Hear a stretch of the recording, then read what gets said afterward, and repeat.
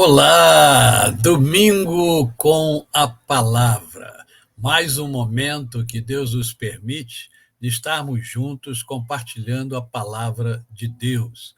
É bom iniciar o domingo já meditando na palavra de Deus. E eu quero convidar você a abrir a sua Bíblia em Provérbios 3, do verso 21 ao verso 35, que nos diz assim, ó: Filho meu, não se apartem estas coisas dos teus olhos, guarda a verdadeira sabedoria e o bom siso, porque serão vida para a tua alma e adorno ao teu pescoço. Então andarás seguro no teu caminho e não tropeçará o teu pé. Quando te deitares, não temerás. Deitar-te-ás e o teu sono será suave. Não temas o pavor repentino, nem a arremetida dos perversos quando vier, porque o Senhor será a tua segurança e guardará os teus pés de serem presos. Não te furtes de fazer o bem a quem de direito, estando na tua mão o poder de fazê-lo. Não digas ao teu próximo, vai e volta amanhã, então te darei, se o tens agora contigo. Não maquines o mal contra o teu próximo, pois habita junto de ti confiadamente. Jamais pleiteis contra alguém sem razão, se não houver feito mal.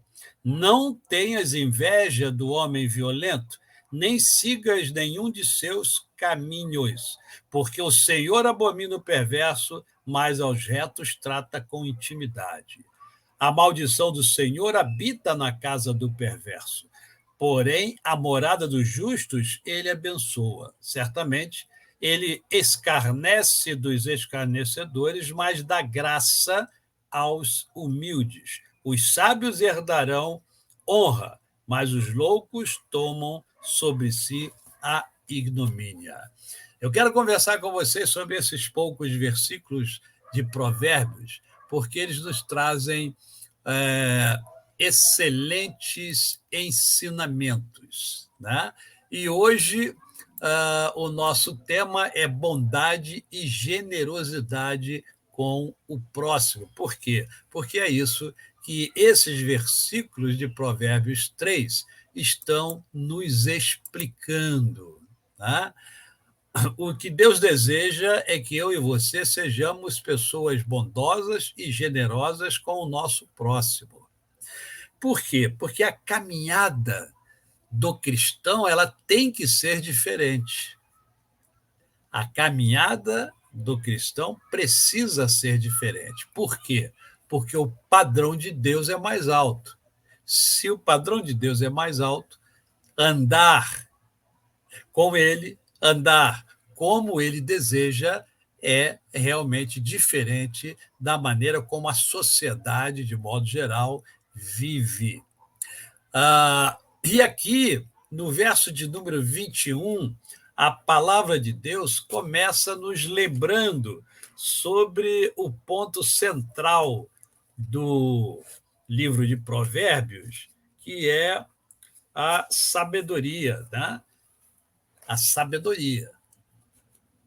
E aí é uma lembrança no verso de número 21, né? Olha, filho meu, não se apartem, filho meu, não se aparte destas coisas dos teus olhos, guarda a verdadeira sabedoria, né? E o bom senso. Então, uma lembrança que volta e meia no livro de Provérbios nós vamos encontrar a palavra de Deus nos chamando a atenção para esse fato. E temos sabedoria. E lembrando que se você entende que não tem sabedoria, você tem esse problema resolvido. Porque a palavra de Deus diz, primeiro, que o princípio da sabedoria é o temor a Deus. Segundo, a palavra de Deus também diz o seguinte: aquele que não tem sabedoria, peça a Deus, que a todos dá liberalmente. Tá? Então, a oportunidade de se ter sabedoria é para todas as pessoas. É só buscar a Deus. Né? E do verso 22 ao verso 26, nós temos aí o resultado, né, de se andar com sabedoria, isto é, de se andar, de se viver conforme os princípios e valores divinos. Né? Diz assim, ó, porque serão vida para a tua alma e adorno ao teu pescoço. Então andarás seguro no teu caminho, não tropeçará o teu pé. Quando te deitares, não terás medo, né? Ó, não terás medo. Que coisa linda a palavra de Deus está nos falando. Não temas o pavor repentino, nem a arremetida dos perversos quando vier. Né? Então, há aqui, inclusive, uma certeza de que os perversos eles vão nos atacar e têm nos atacado bastante. E se você parar para pensar na sua vida como cristão, você que já é cristão, você vai identificar vários ataques daqueles que não gostam, inclusive, de você, porque você é um cristão. Mas andando como o cristão precisa andar, isto é, de forma diferente, de forma bondosa, de forma generosa, né? De forma a praticar os ensinamentos do Senhor, os ensinamentos de Jesus, então o resultado é fantástico.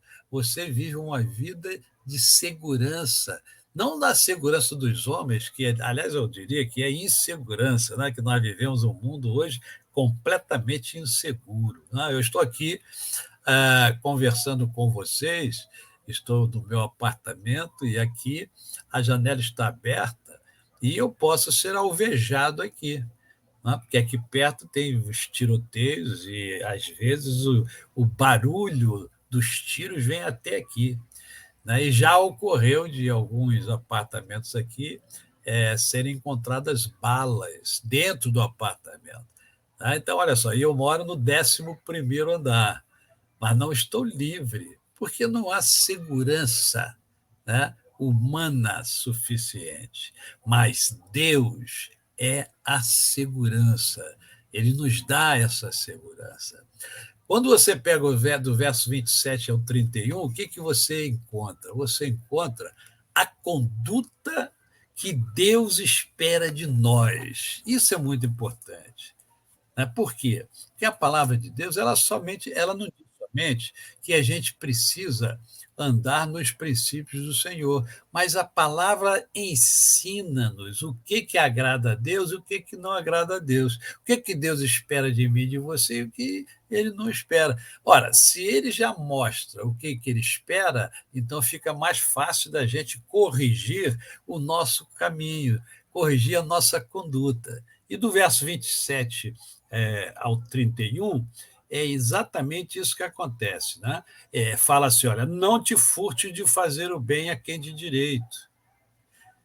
Estando a sua mão fazê-lo, faça. Quem se aproxima de você, se aproxima porque vê que você pode ajudá-la de alguma forma, e se aproxima de você. Ah, pastor, mas tem muita gente que se aproxima para tirar proveito. Tem. Mas nós temos como também identificar aqueles que são sinceros e aqueles que não são. É só pedir a Deus que mostre a você e Deus vai mostrar.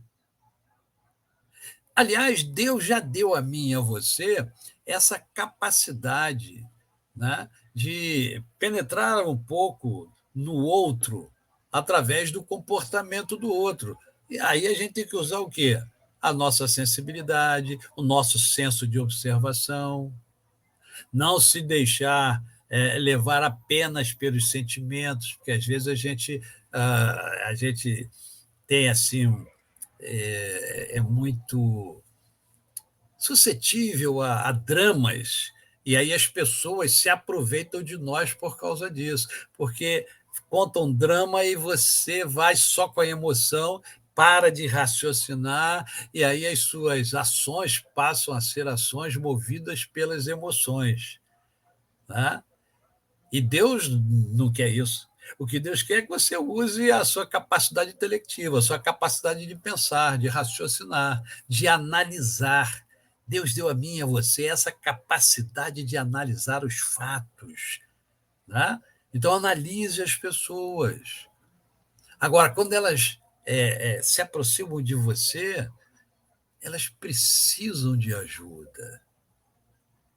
Ainda recentemente, eu estava conversando com um pastor veterano, um pouquinho mais velho do que eu, pouca coisa, e ele estava dizendo para mim que as segundas-feiras é a folga dele, né? É o dia de descanso, né? Do pastor. E ele estava em casa e tocou o telefone, era uma irmã da igreja que precisava de um gabinete pastoral. Aí ele, como é a folga dele, ele chegou e perguntou: minha irmã, pode ser amanhã? Né? Amanhã, terça-feira? Aí a irmã falou assim: pode, pastor. Mas ele percebeu, por meio da forma como ela respondeu, que ela precisava ser atendida naquele dia. E ele foi, como ela falou isso, ele desligou. Mas quando desligou, ele sentiu-se incomodado por Deus, porque Deus é assim, né?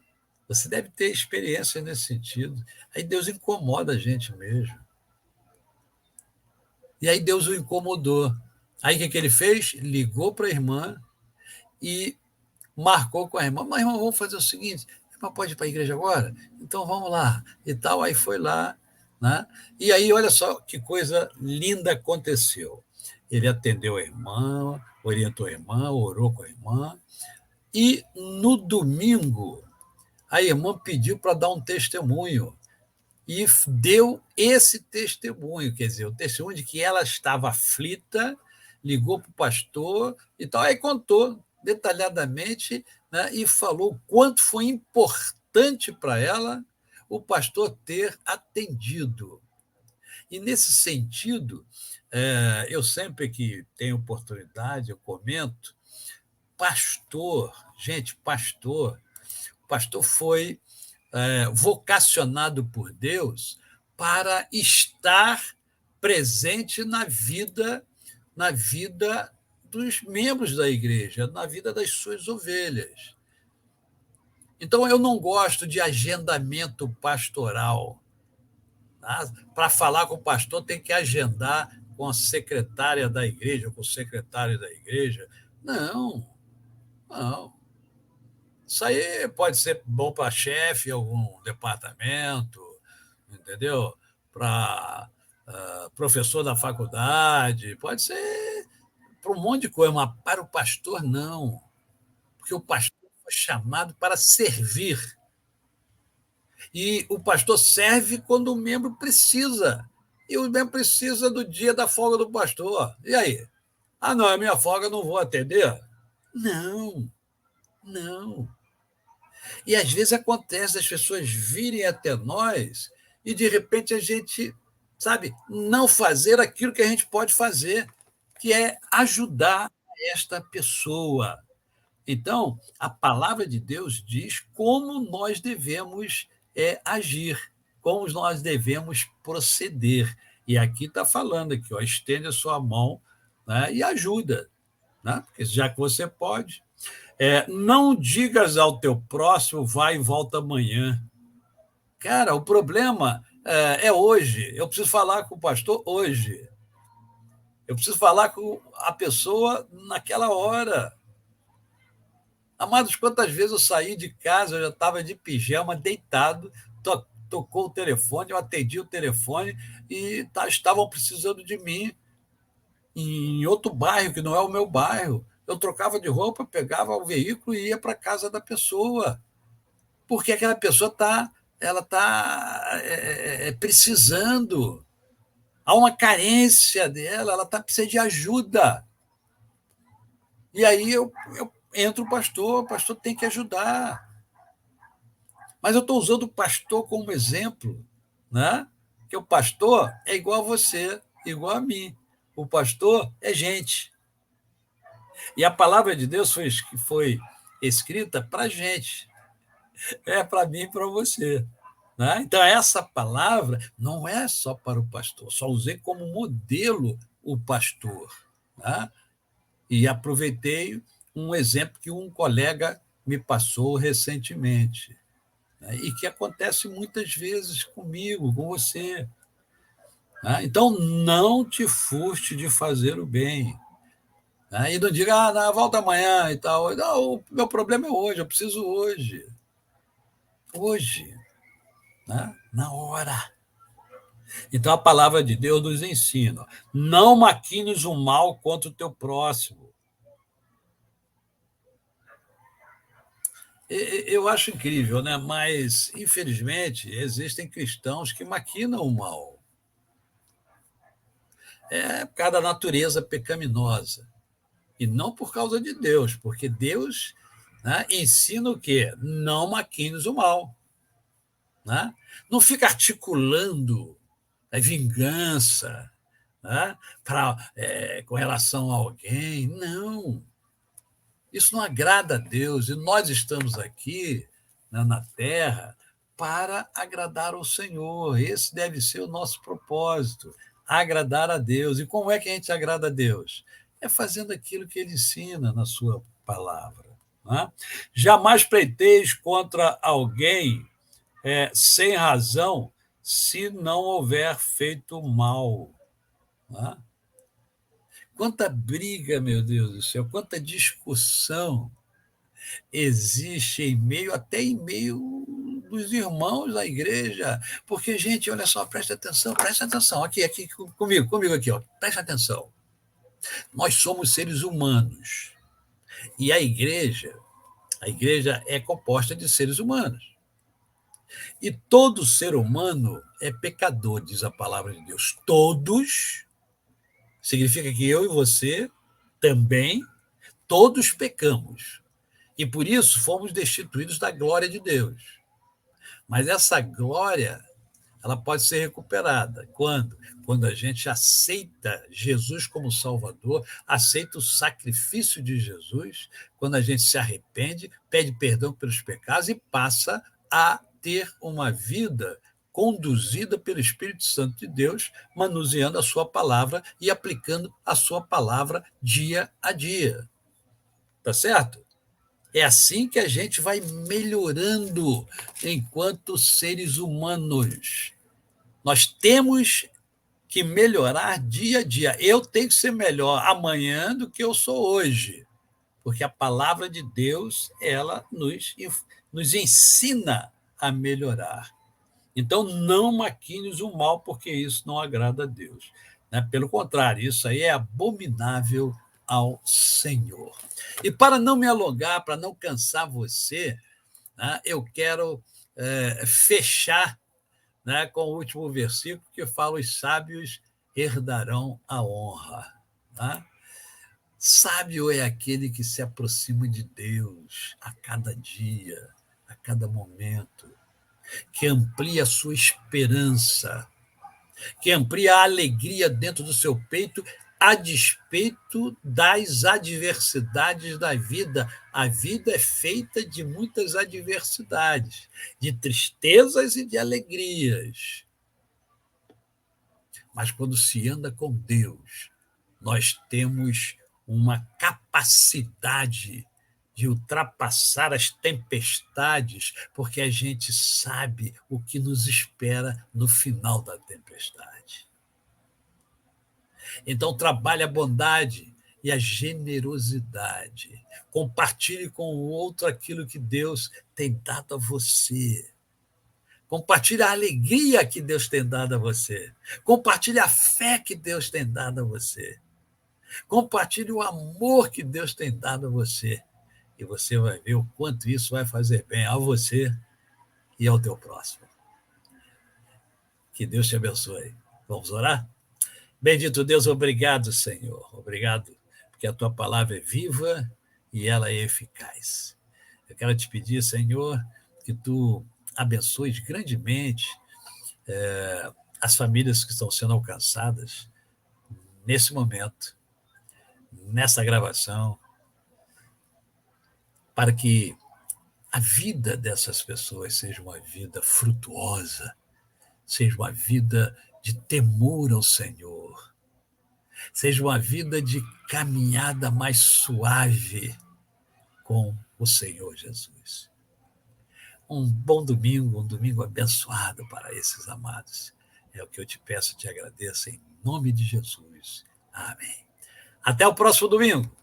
Deus os abençoe.